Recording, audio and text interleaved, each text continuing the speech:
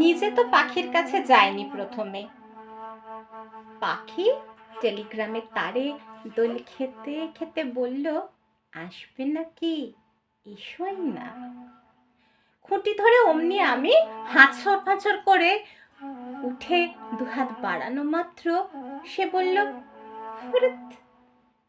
ব্যাস, পাখি ফসকে দুহাতে তার ধরে ঝুলছি।